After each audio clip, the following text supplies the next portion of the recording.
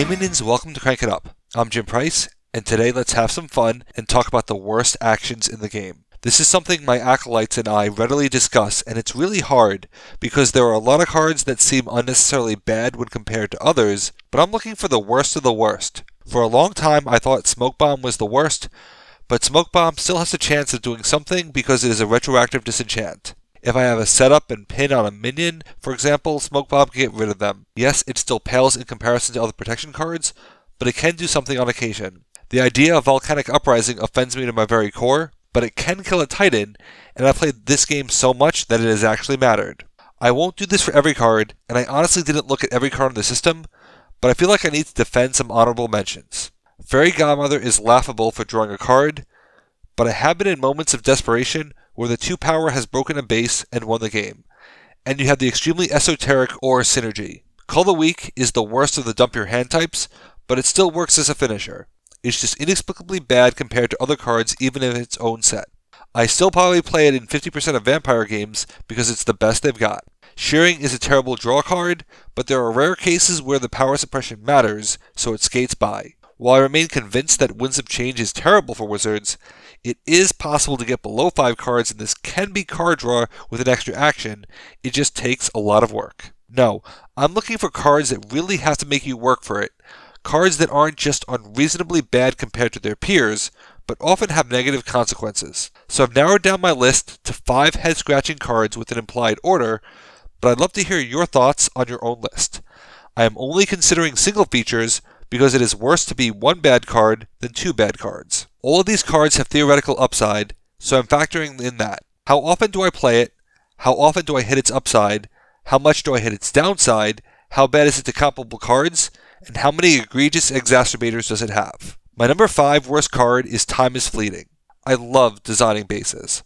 I love base manipulation. Despite having very few comparables, this is easily the worst of the bunch. In a game that doesn't have that many bases scored, the discard pile will be really small, and you can never play it on the first base without help. So this is a card that isn't relevant on the first or last base of a game that can last 5 bases on average in as few as 3. It has the exacerbating factor of not being able to choose the same base and having some terrible bases that it brings into the set. But even worse, from a time traveler perspective, what base do they actually want? If they were to get an advantage from a base specifically, what is it? They are a slow faction. Fast factions typically drive which base scores. So the opportunities to be impactful are extremely limited, and you get a head start on what you chose. However, there have been rare moments where the exact base I need is back to make a major impact. This is a card that won't do anything about 80% of the time, but that 20% of the time it is massively impactful. It's way too situational for my taste. I much rather prefer the idea of directing the future with Lost City, which is a double feature and gives you a head start, but I like the next 4 less, and this doesn't have as many comparables, which keeps it afloat for now. My number 4 is Blitzed. In general, I don't like destruction. Why remove when you can waste? This card though has so many things going wrong for it. Every setback from power removal is doubled. It costs 3 power to be a Seeing Stars, and even more to be a Big Gulp. When a vampire action is looking better by comparison, you know you are in trouble. Mad scientists like stalling to help with their draw order dependency, but this is not the way to do it. Spending 5 to remove a 5 is so wasteful and really sets them back. A simple move card would have rushed the 5 off the base and accomplished way more. And they really want the power for exploiting Body Shop. You are potentially foregoing minion plays to destroy someone else when you could just overtake them. The card would be lower, but it does have 0 power destruction going for it, and mathematically, that occurs more often than some of these others, so it is only as low as number 4. Mad scientists can't set this up themselves, but there are enough Mad Scientist pairings I like that can, so Blitz gets a higher than normal usage from me as a result, and by higher than normal, I mean more than 0. My number 3 is Buffet. Buffet is a card that is lying to itself. For the longest time, vampires were widely considered to be the worst faction, so the idea of having a card that cares about winning a base is certainly an interesting choice. For Buffet to work, you need to have meaningful presence on other bases, and win the base at the same time, or have some form of movement persistence. They do not have the latter, and how are vampires pulling off the former? For this to be effective, vampires with their limited extra plays, not to mention their self-sacrificing plays, need lots of minions on other bases. Then how are they breaking the current base? With Call the Weak, By dumping all your minions? But if so, then what minions are on other bases? This card just seems impossible to play without a specific partner. But unlike some others in this list, it is a free play, so you aren't spending an action play. You cannot play this card and get a meaningful output without a swarm partner. The best way to evaluate this is to pick a number. Let's say 3. If you had an action that said, after a base scores, place a power counter on 3 minions, would that entice you to spread? Probably not. So the fact that this card is unbounded in power means nothing because the average case is still underwhelming. This card and Time is Fleeting have an interesting connection. Both are abilities of terrible bases that are 3/3/2. The Nexus ability doesn't incentivize anyone to play there, especially with a bad VP spread, and the same is true of Golem Schloss. If you are clearing the board, which is often the case, Buffet is useless, which is why this card is so far down. But at least Buffet can't actively hurt you, unlike my next 2 cards. Years ago, this card would not have been my second choice, but it's a card that I feel was made significantly worse by its Titan, and that is Madness Unleashed. It's become increasingly clear that Cthulhu drives its faction entirely, spamming Madness into your rival's hands and using the free power. Madness Unleashed is the rare Cthulhu card that completely avoids what the Titan wants to do. It wants to play Madness cards for power, or give them to other players, and this does neither. It puts them in your discard pile, the worst place for Minions of Cthulhu, but for what? An action burst? How reasonable is that to pull off? Let's take it step by step. To get a single cantrip, you need Madness Unleashed and a Madness, and the cantrip is meaningless because you cost yourself half a point to draw a card. You can discard 2 Madness for 2 actions, but they already have that. Twice. If you somehow get to 3 actions, you need to acknowledge that they could already do that, faster no less, and avoid the consequences of the Madness, giving it away and generating power for Cthulhu. Madness Unleashed says screw all that. I'll take the penalty myself so that I can create a big play, but then it is incapable of executing said big play. All that being said, there are rare partners like Kaiju where you can make this work if you really try, and the idea of unbounded actions is pretty unprecedented, which are the only things keeping it from the bottom spot, because at least Madness Unleashed tries to do something special and not incredibly pedestrian like my number 1. The bottom card is not Secret Stash, because even though that card can backfire spectacularly, you can play it in a burst turn for 2 treasures, and I can give it some pity points for aggro and area control. No, my worst action is unjustifiable, and it's exactly what I thought it was the other week: prepare for battle. To understand why this card is so bad, we need to take a subtractive approach. Let's start with the whole ability.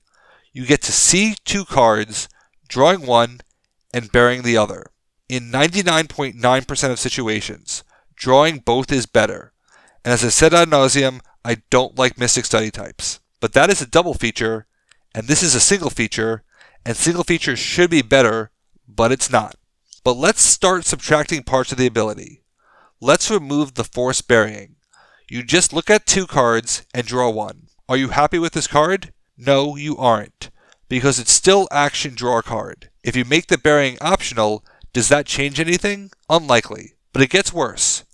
You reveal it. Why do you reveal the card? I'm trying to prepare for battle, but my opponents are the ones actually preparing. Let's say that this were fixed, and you just looked at the card. If you were to look at 2 cards and draw 1 without revealing them, would that be satisfying? No, it wouldn't. And the card comes with 2 very steep negatives on top of that. You convey information and can forcibly bury a good card. But why is this the number 1 if it is cast friendly and technically accelerates by drawing through your deck? ADAC is really bad, but is it worthy of being the worst? I think it is because of the overwhelming amount of cards that are clearly better.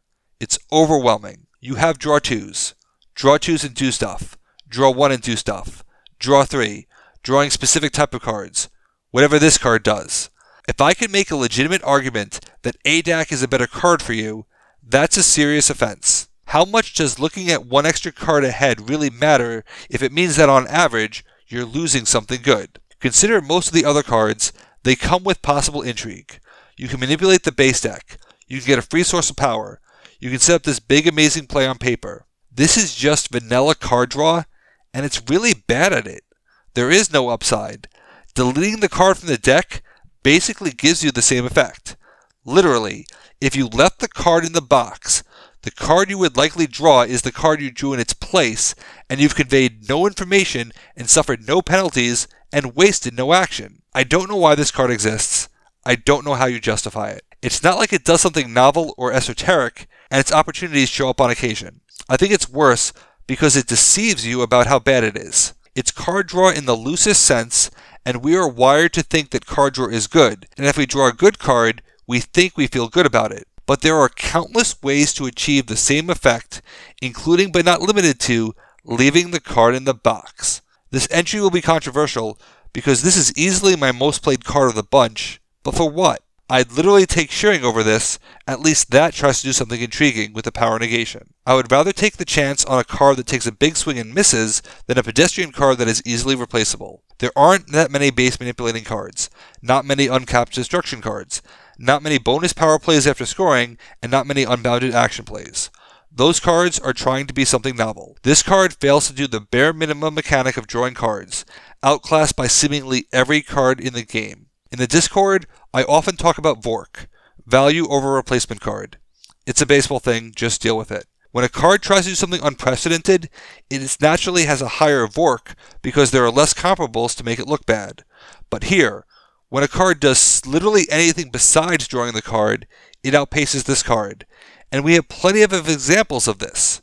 It's my worst card, and I'm curious if you agree. You probably don't, but that's what the comments are for. What do you think makes the worst action in the game, and what are your winners? Let me know in the comments.